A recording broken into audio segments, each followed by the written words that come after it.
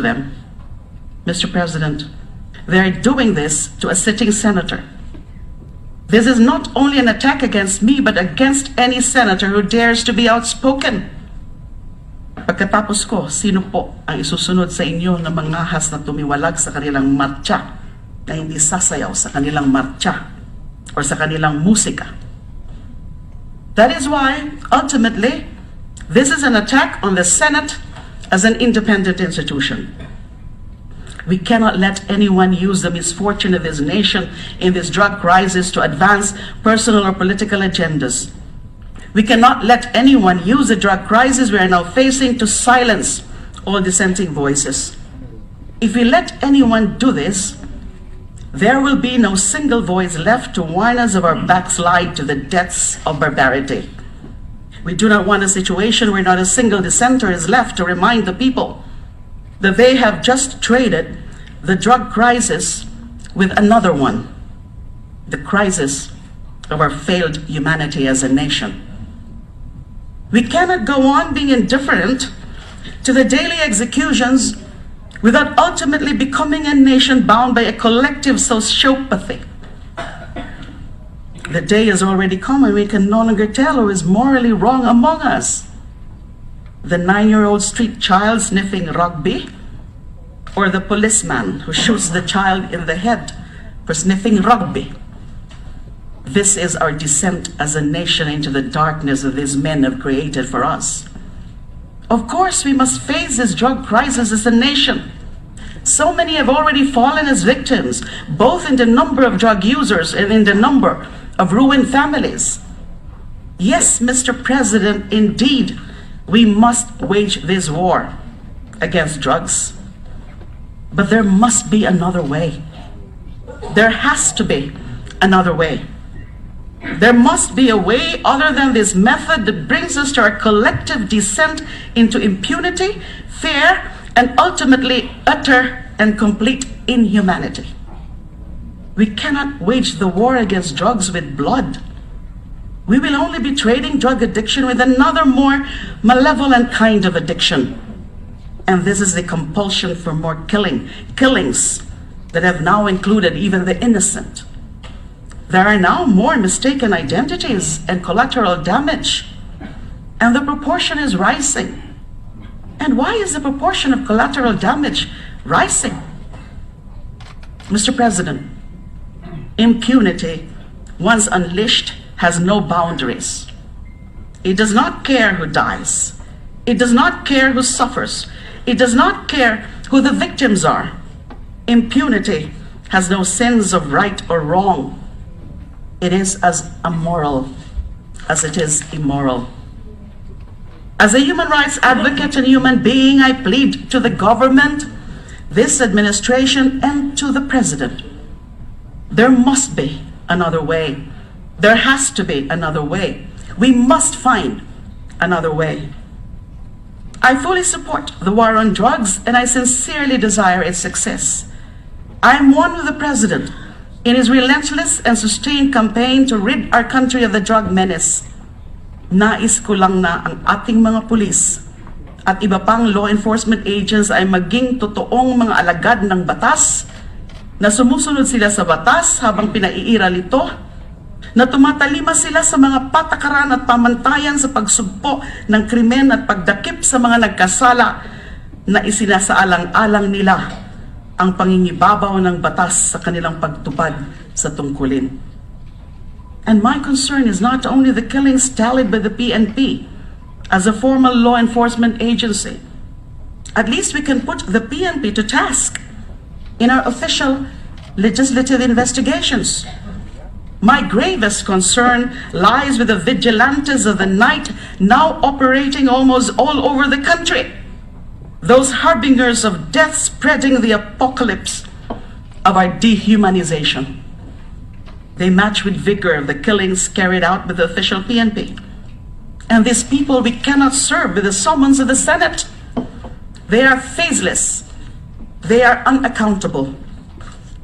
The Philippine National Police reported 395 alleged offenders killed in alleged police operations from July 1 to August 1. The daily average is as high as 13 dead during the past 1 month of the current administration. And higher figures are even reported by certain media outlets. And that's now being flashed. Those are now being, the figures are being flashed on the screen.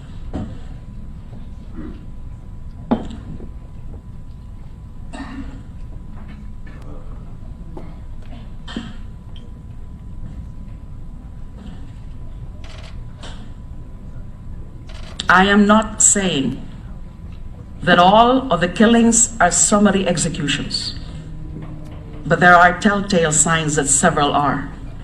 A number of complaints were already filed with the Commission on Human Rights.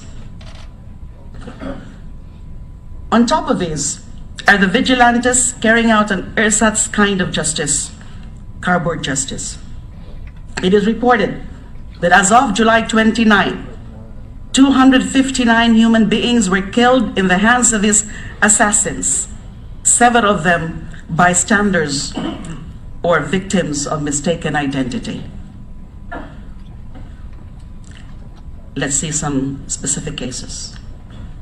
At late night of July 21, in a Malabon City Public Cemetery, shot dead were 5, including a mother and her son who were then celebrating his birthday.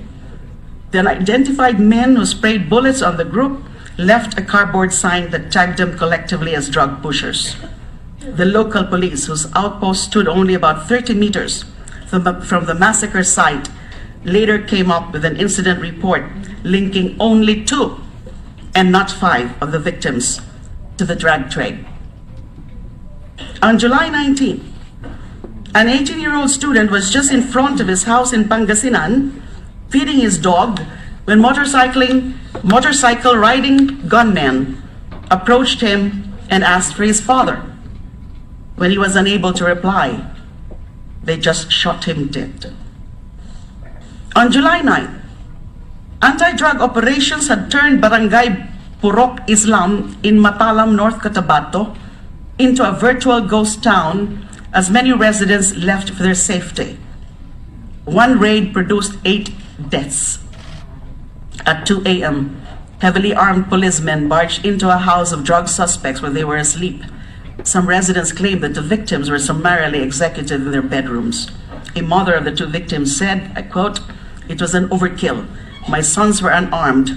We were treated like animals." End of quote. From July 8 to 9, 3 bodies were found separately in Manila with cardboards attached to them saying, "Pusher, hold up for the ko, huwag tularan." The first body was found under a bridge in Santa Cruz, the second in front of the Metropolitan Theater, the third in front of a golf course in Bonifacio Drive. Their bodies were wrapped in packing tape and bore stab wounds. On July 6, 2 women and a man were found dead at an irrigation canal in Llanera, Nueva Ecija. They were found floating in the waterway, blindfolded and hogtied. They were claimed to be part of the municipal drug watch list. At around 3 in the morning of July 5 in Muntinlupa City, 2 brothers were killed by the police. They were on their way to a hospital for a medical exam following their arrest when they allegedly tried to grab the gun of their police escort. While their mother admitted that his older son was a small-time drug pusher, her younger son was innocent and was never involved in illegal drugs. On July 3, 5 men were shot dead in what the police said was a follow-up anti-drug operation in the Golden Mosque compound in Quiapo, Manila. The wife of one of the 5 deceased claimed there was no shootout. My husband was only trying to fix our water supply that morning when he was shot. He was unarmed, the wife explained. We are so poor that we can barely afford to buy food. How can we even buy a gun? And so the gore fest continues.